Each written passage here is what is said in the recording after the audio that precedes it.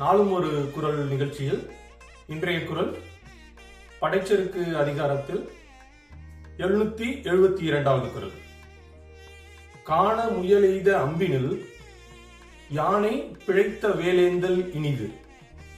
அதாவது காட்டில் ஓடுகின்ற முயலை பார்த்து குறி தவறாமல் எய்த அம்பை விடவும் சிறந்தது என்னவென்றால் வெட்டவெளியில் நிற்கின்ற யானையை பார்த்து எரிந்து தவறி விழுந்த வேலை கையில் ஏந்துவது சிறந்தது என்று வள்ளுவர் கூறுகின்றார். அதாவது நம்முடைய எண்ணங்கள் பெரிதாக இருக்க வேண்டும், நம்முடைய செயல் பெரிதாக இருக்க வேண்டும், நம்முடைய முயற்சிகள் பெரிதாக இருக்க வேண்டும் என்பதை திருவள்ளுவர் இந்த குறளின் மூலம் நமக்கு எடுத்துரைக்கின்றார். மீண்டும் ஒரு முறை குறள். காண முயலெய்த அம்பினில் யானை பிழைத்த வேல் ஏந்தல் இனிது. நன்றி, வணக்கம்.